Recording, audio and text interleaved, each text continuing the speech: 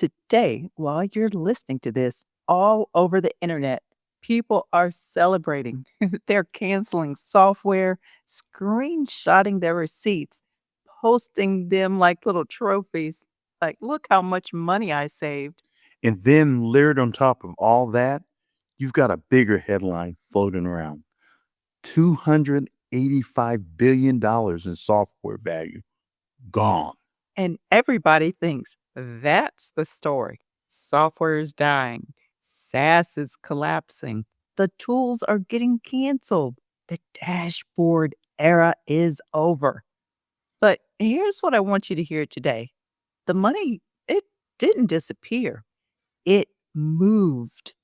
And there is a line being drawn through every small business right now. On one side are the people who are getting cut. And on the other side are the people who are quietly building something else. One side is getting erased. And the other side gets rich. And I know which side I'm on because Hal and I fly to California this week to go build it. Now, let me show you the difference.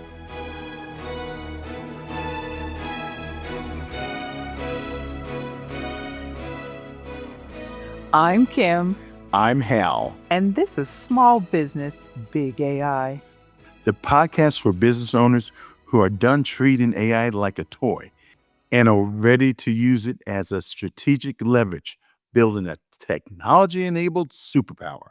And today we are talking about what people are calling the SaaS-pocalypse, which, hey, first of all, it is a ridiculous word, Hal. The word may be ridiculous, but you know what gets me about the headline? Well, hey, what? The number. Okay. 285 billion. The number was built to scare people, and it's working. Yeah, it's doing exactly its job. Every owner I talked with last month has asked me some version of the same question. Should I be canceling stuff? That's where their head is. Defense, batten down, cut the bill, wait it out. And how that's the misread. Everyone is reading the SaaS-pocalypse as a loss, but it's actually the biggest build opportunity a small operator has ever been handed. But the idea behind the SaaS-pocalypse The is, SaaS-pocalypse. is very real. Yes. For years, businesses have been stacking software on top of software on top of software. That's true. A CRM for this, a scheduling tool for that, a project management app for this, a notes app, a dashboard, a reporting tool. I know, and a second dashboard because the first dashboard doesn't talk to the reporting tool. Then a Zapier connection to make the two dashboards shake hands like distant cousins at a family reunion. I know. And somehow, somewhere along the way, the small business owner, well, they look up and they say, hey, wait a minute. Why am I paying for 26 subscriptions, 12 logins, 9 dashboards, and still I am doing half the work manually? That part right there is real. Hey, very real. So now owners are cutting. They are canceling tools. They are looking at their monthly software bill and realizing they've been paying for seats, dashboards, and features nobody uses. And hey, I want to say clearly, some of that cutting is smart. There is nothing noble about paying for software that you do not use. Amen to that. Hey, but here is where this episode is going to push you.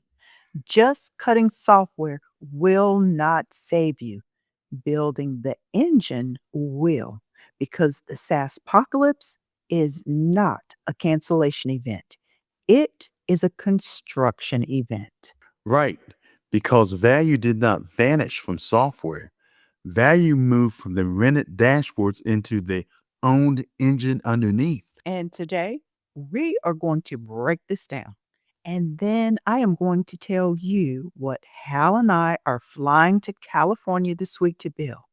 Hey, well, some of it actually. The rest I'm saving for later in the episode.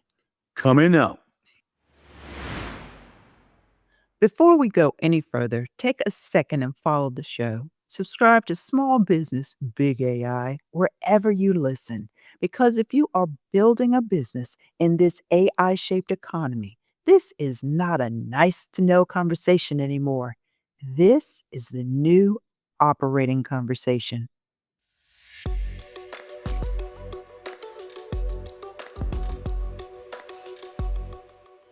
So, this is not theory today. No, not even a little bit, Hal. And this is not us sitting in a chair saying, in the future, some small businesses might do this. Right. No, this episode right here airs while we are in the air preparing to build it. And if you listened last week, well, then you know that we talked about the archivist, the role of capturing your business knowledge from context, your decisions, your patterns, your documents, your judgment, all that stuff that usually lives in your head or your inbox, your desktop, and really even scattered notes all around. And then there's also that one folder like I have that's named Final, Final, for real this time, Final. Everybody has that folder. I know, I have a few of them. So last week, the archivist filled the vault. And this week, we build the engine that runs on it. And today's question is simple. Are you going to be a cutter? Or are you going to be a builder? Okay, 285 billion. Walk me through what actually broke, because that's what's strange to me. The software still works. Nobody's dashboard stopped loading. Nobody's CRM caught on fire. Oh, right, Hal. And nothing broke on the screen. What broke is how software gets paid for. So for 20 years, the deal was per seat. You pay for every human being who logs in. So 10 employees, 10 licenses. The whole industry was priced on headcount. Which was fine when humans were the only ones doing the work. And that would be correct, which was fine when humans, that's the key word, were the only ones doing the work. Then agents showed up. And here's the thing about an AI agent, Hal. It doesn't log in. It doesn't open the dashboard, doesn't pour a coffee and click through four screens. It works underneath, through the plumbing, APIs, background connections, and it does the whole multi-step job while the log on screen just really sits there. So the seat becomes, A tax, an inefficiency tax. You're paying rent on a door your people barely walk through anymore. and the market figured that out.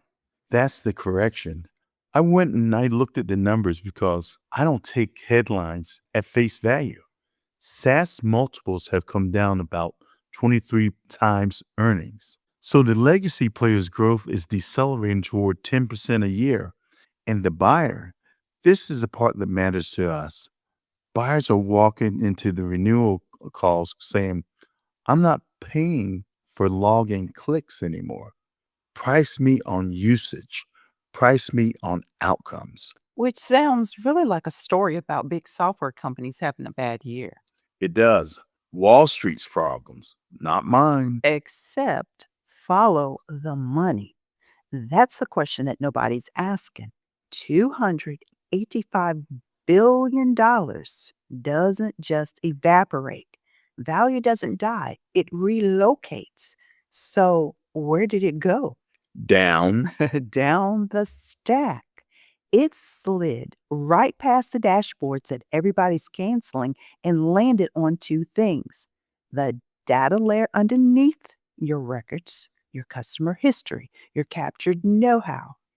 and the agent loops that run on top of that data. That's where the value lives now. And here's the sentence I want every small business owner to think about. The dashboard was never the asset, the stuff underneath it was. The structured context. Yes, the structured context. You were renting a pretty window into your own information. The window's value is collapsing. Your information's value is exploding. That's not a crash. That's a transfer. Okay, I can hear an owner in the pickup truck saying right now, Kim, that's a lovely theory. Show me it's real. Well, how? It's already walking around. So there is a new shape of company out there right now. Under 5 employees, 7-figure revenue. Some of them multi-million run rates, 60, 70, 80% margins. Not because they hired brilliantly, because they built the engines, their own data, their own agent loops, doing the execution work, and skipped the payroll that used to be mandatory. Under 5 people. When I ran the dealership, 5 people was a slow Tuesday call out list. And back then, headcount was the badge, right? So, how many people you got? That was the measure of the business. It was the first question at every 20 group, head count and units. And that badge just flipped. And this new shape head count isn't the vanity metric anymore. It's really a liability line. Every seat is salary plus software plus a management overhead competing against an agent loop that costs tokens. There's a guy I watch on YouTube, Greg Eisenberg, who puts the whole thing in one sentence. AI agents are the new SaaS. The product category didn't die, it molted. Yeah. And notice the tense, not agents will be, but are. This isn't a forecast we're giving you. This is already operating, which brings us to the uncomfortable part. Because if the value moved, then the only question left is whether you are moving with it. And that's where the line gets drawn. So let's draw it. The SaaS-pocalypse is splitting operators into two camps. And I want to describe both because you're already standing in one of them, whether you know it or not. So, camp one, the cutters. The receipt screenshotters. Yeah, they go through the stack. They cancel 8 subscriptions, pocket $1,100 a month, and they feel like geniuses. And structurally, nothing changed. Same workflows, same bottlenecks, same everything minus the tools. Now, hold on. I'm going to defend these people because half the audience is these people, and they're not wrong, Kim. Most owners are paying for 6 of these tools that, that they're not using. Not right now, today. Counseling this is real money. This month, no consultants, no risk. If you're the 4-person shop watching your margins get chewed up, cut the waste isn't a misread. It's Tuesday. That's just running your business. Hey, and I'm not against the cutting how. Cut the waste? Absolutely. I'm against the stopping. What do you mean, the stopping? Well, the cutter cancels, pockets the savings, and stops. He mistakes a lower expense line for a strategy. And hey, listen, I understand why it feels like one. It shows up on the P&L immediately. It feels like control. But here's what he actually holds when the dust settles. Less software, the same broken workflows, no engine, and no moat. Savings isn't a moat. Nobody ever outsaved a competitor who outbuilt them. So while the cutter is celebrating his 1100 a month, somebody in his market is building an engine that runs the same operation at a lower cost and a higher margin permanently. So cutting is defense. And this is the one moment where defense loses. That's the part that stings because I've lived through the other side of it. Every downturn I ever managed through, defense worked. Tighten up, outlast the weak stores, be standing in the spring. You're telling me this time the tighten up guys are the weak stores. Exactly. This time, the ground is moving, not the weather. You can't outlast a relocation. You have to relocate. Okay, Camp 2, the builders. What are they actually doing different this time? Now, I get to use the vocabulary that I've been holding back for this one. The builders are assembling what I'd call a composable operating layer.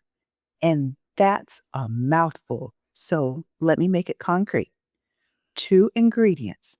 Ingredient one, all of their business knowledge, like customers, pricing logic, processes, and history, that's pulled into one clean owned data estate, one source of truth. And then you have ingredient two, agent loops that run on top of it, doing the actual execution, the follow ups, the quotes, the scheduling, the paperwork. Now, they're all snapped together like components. And that combination is a proprietary operating system for their specific business. Owned, not rented. And how that's the whole difference. So the cutter rents less, the builder owns more. And think about what that does to the old moats. Team size? An agent loop doesn't care how big your competitor's team is. Capital? The sub 5-person firms are proving you don't need it. What's left as the edge is exactly the stuff a competitor cannot buy at any price: your data estate, your engine turned to your operation, and the local trust that you've spent years earning. Let me flag the failure mode, though, because I can see it from here. Owners hears this episode, gets excited, bolts different agents onto 6 different apps by Friday. Yeah, agent sprawl. Okay, that's what we call it. 6 agents, no shared source of truth. That's not an engine. That is chaos on autopilot. Each one writing over the other's records, working from different versions of reality. So hear this clearly. An agent cannot fix a department built on chaotic legacy data. It can only automate the chaos. The vault comes first, always. So the lines drawn, cutters on one side, builders on the other. How does somebody listening know, honestly know, which side they're standing on? Well, one question. This is the question that decides it. So if you write down nothing else today, I want you to write this down. And here it is. Is my business built to sell human hours that software is actively compressing, or is it positioned to own the automated engine of execution? Now, let me explain. Selling hours or owning the engine. That's the line. And if that question just made your stomach drop just a little bit, oh, good. That feeling is fixable. And that's what part three is all about. 3 moves, and I'm going to give these to you in order. So, this is the playbook part of the operator's playbook. So, I want you to get somewhere where you can take notes. Move 1. Move 1, the seat to token audit. So, this week, list every tool you pay for by the human login every per seat line item. Then ask one question of each. Is a person doing judgment work in this tool or administrative clicks? Judgment stays. Clicks are candidates. For every candidate, push toward API pricing, usage pricing, outcome pricing, or out the door. Stop paying the login tax. Notice what she did, by the way. That's the cutting instinct, the thing I defended 20 minutes ago, but aimed surgically is step one of a build, not the whole plan. Exactly. Cut like a builder clearing a site, not like an owner hiding in a bunker. Move 2. Consolidate into one semantic vault. All that scattered knowledge, the pricing logic in your head, the process that lives in Brenda's inbox, the customer history spread across 4 apps. Pull it into one clean, owned source of truth. This is the parameters work in our impact framework. The vault is the parameters every agent runs on. Same context, every agent, every time. And if you're thinking that this sounds like a whole lot of capture work, that's literally last week's episode. The archivist is the person who fills this vault. 98 is why 97 matters. That's it. Now move 3.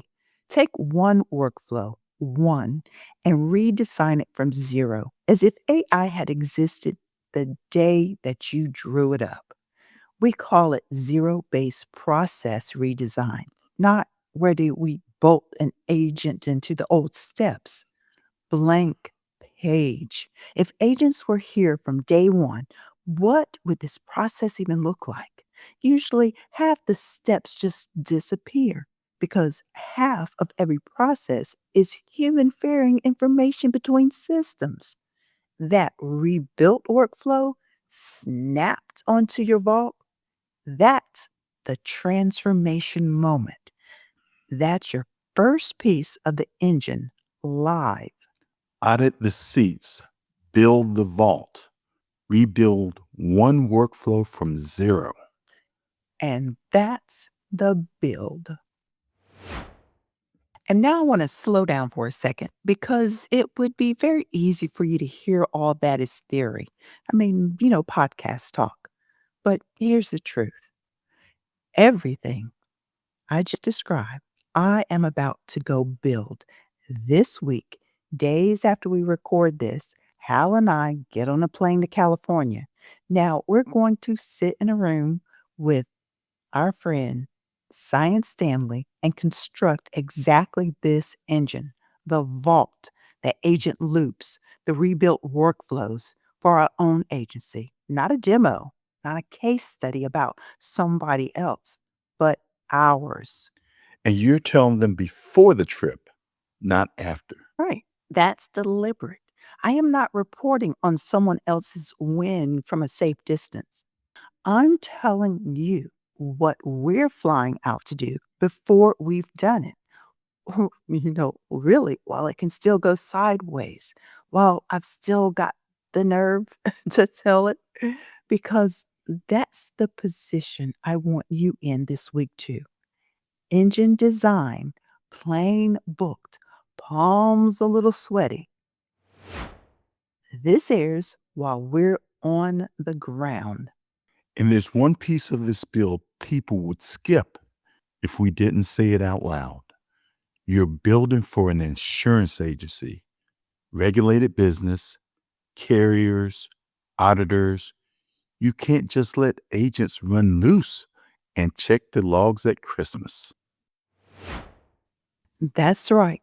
In a regulated business, you cannot just let the agents run loose, which is why we pour the guardrails at the same time we pour the foundation.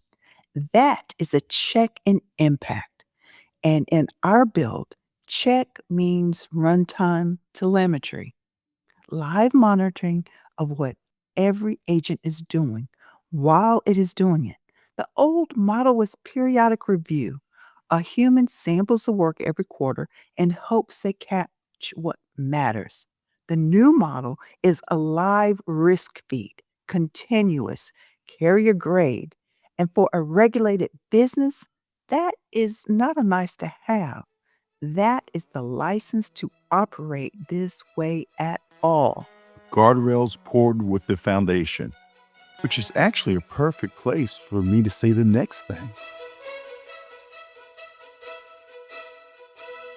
You've done the work, you use AI to grow the business. Maybe you're 3 moves into the build we just gave you. So here's the next question. How do you protect what you've built? That's the business Hal and I are opening. Lewis Howard Insurance Group, AI native from day one, built on the exact engine we've been talking about this whole episode, with that live risk telemetry running from the first policy we write.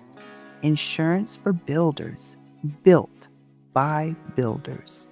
We opened August 2026. AskLewisHoward.com.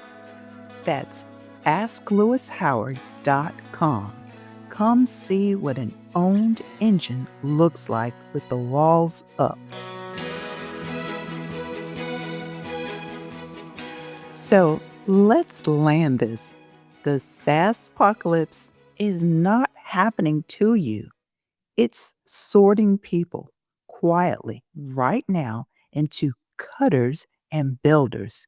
And the sorting doesn't wait for anyone to feel ready. In the reframe, one more time, because it's the one thing to carry out here. Cutting software won't save you. Building the engine, the value didn't vanish, it moved. So go stand where it went and understand what's actually being offered to you here. Because for the first time, the engine is one a small operator can afford to own. Your data, your contacts, your agent loops running your operation. That own engine is your technology enabled superpower. Leverage that used to belong exclusively to companies with 100 times your headcount, now built on context you already own. One move this week, not 3. 1. Run the seat to token audit. Every per seat login, one list, one question each, judgment or clicks. That's it. That's the whole assignment. Start there, and the rest of the build has a foundation.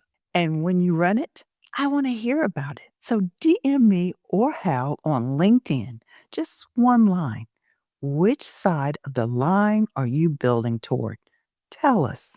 We read every one. And the full impact framework is waiting for you at smallbusinessbigai.com. And if today drew that line for you, send the episode to one entrepreneur who's still celebrating the cancellations.